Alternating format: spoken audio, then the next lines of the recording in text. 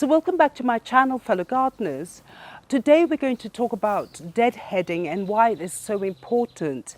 And I'm going to show you how to deadhead some of those plants with close-ups, exactly where you're going to make your snip.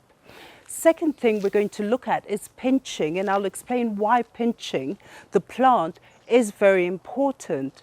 And then the last thing we're going to do is prune some of those plants down, especially the bushes, and explain what I'm going to do with the remainder of whatever I've snipped. So my name is Alice and I'm the Red Soil Gardener.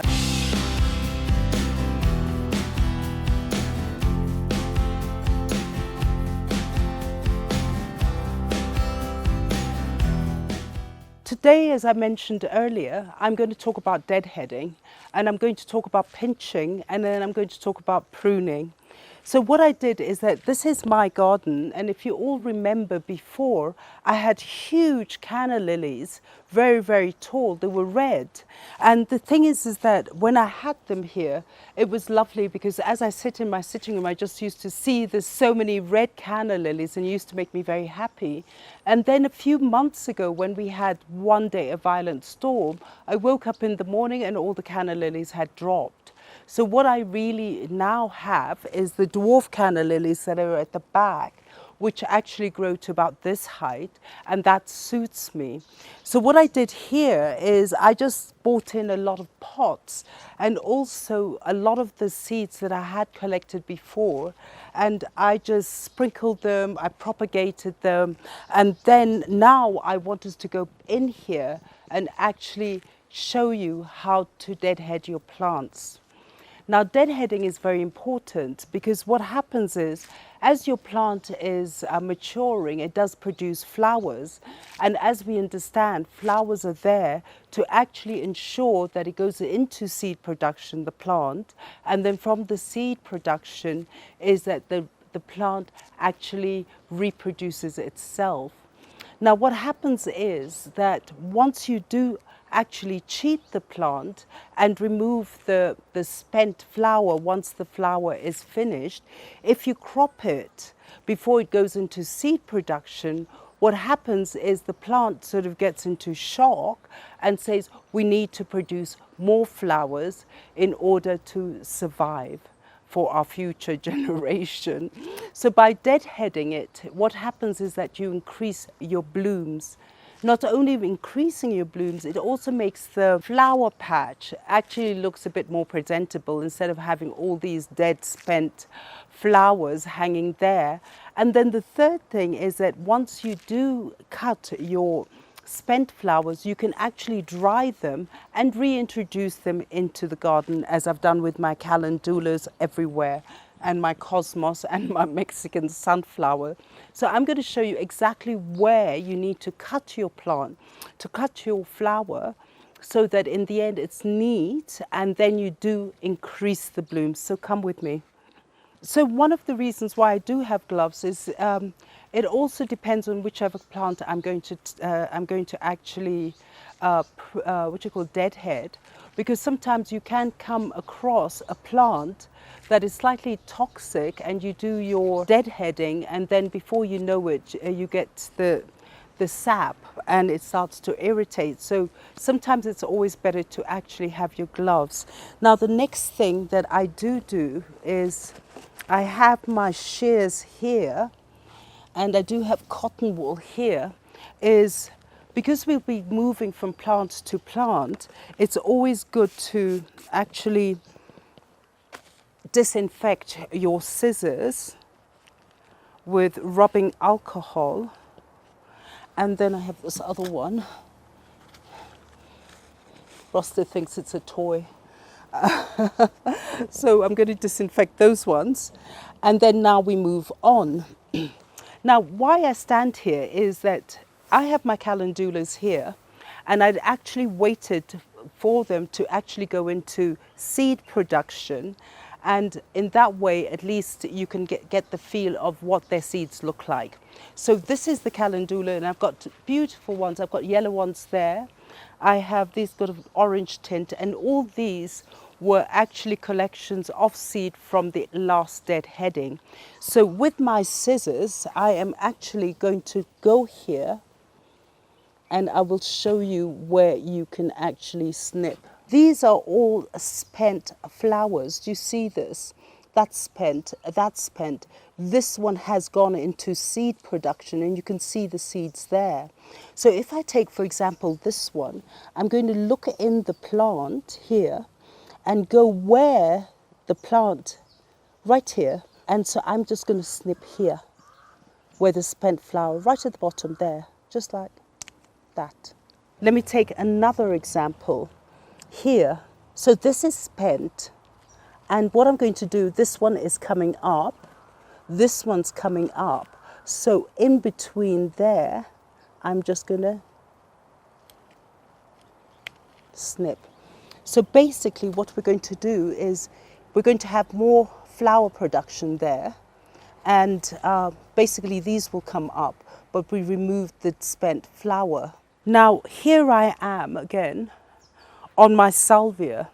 Now what happens with salvia is that all these lovely colours, the darker purple, are actually the new shoots.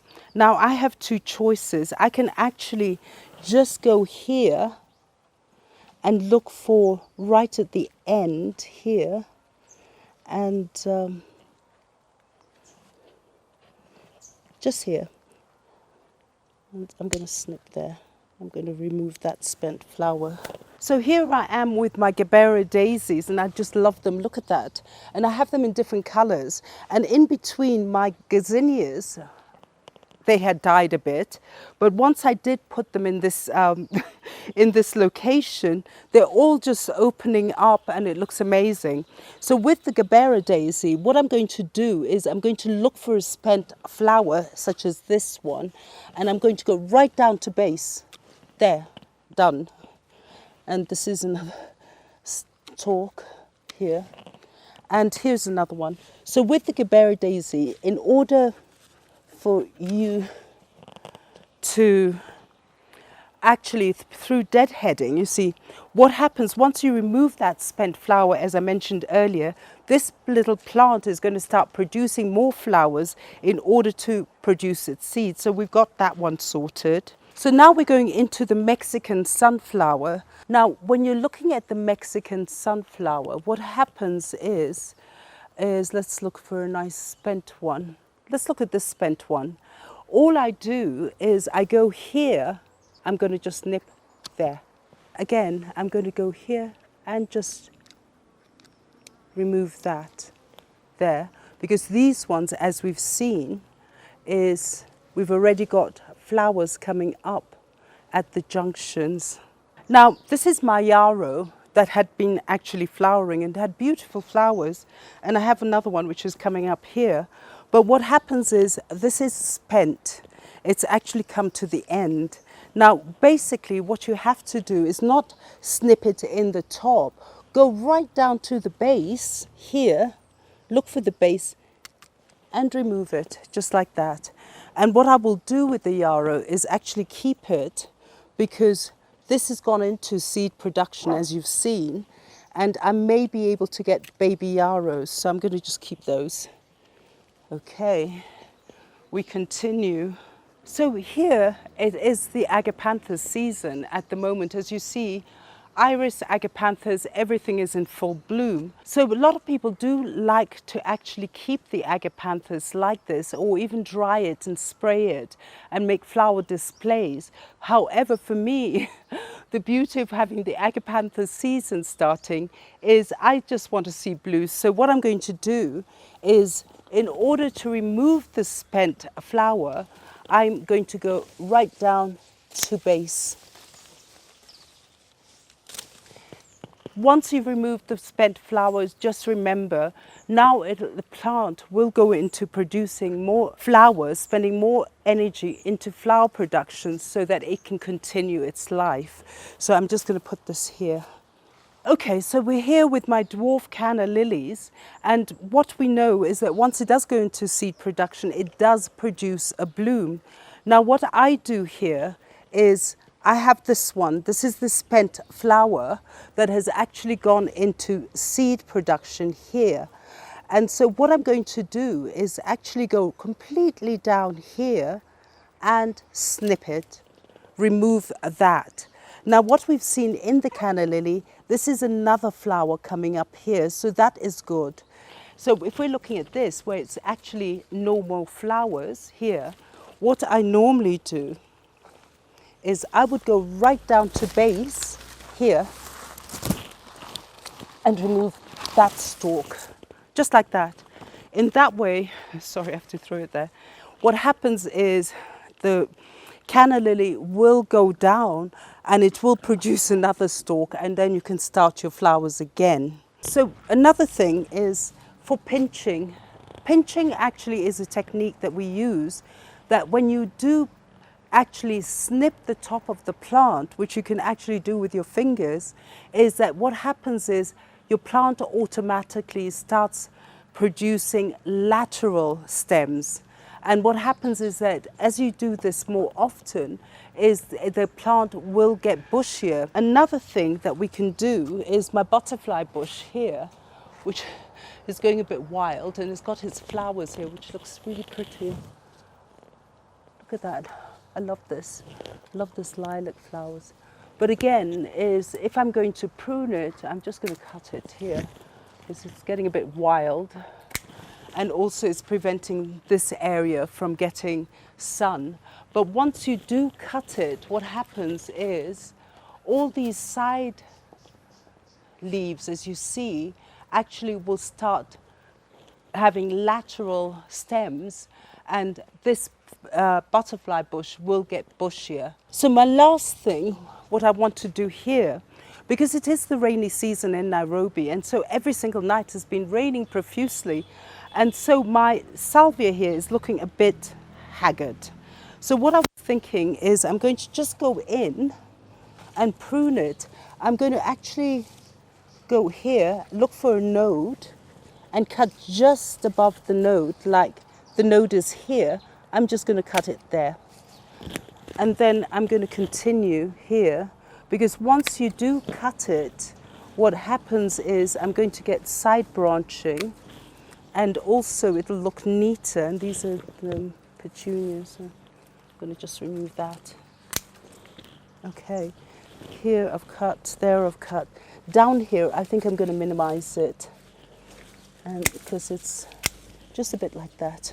Now what we do now in Kenya is, once you've done your pruning, I will just remove that here.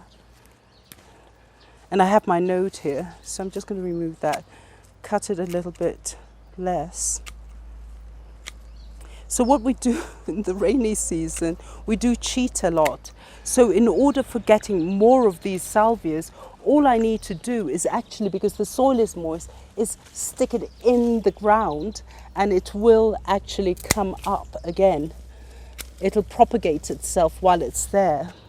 So what we're going to do with the rest of these is actually, I'm going to spend my afternoon actually cleaning them up and sticking them back in the soil, so in the end they can start again propagating while they're in the soil. Thank you so much, fellow gardeners. I hope you've learned something, and this is how we do it in Kenya. And don't forget to deadhead your plants, and don't forget to like and share, and also press that notification button. Subscribe to our channel. We do have a lot of fun, although it's quite hot at the moment. But we're on Instagram, we're on Facebook. Do send me comments via YouTube. They have a comment section. Don't forget to do spread the word around about our channel, and tell your family, friends, and have a happy, happy, happy gardening day. Bye.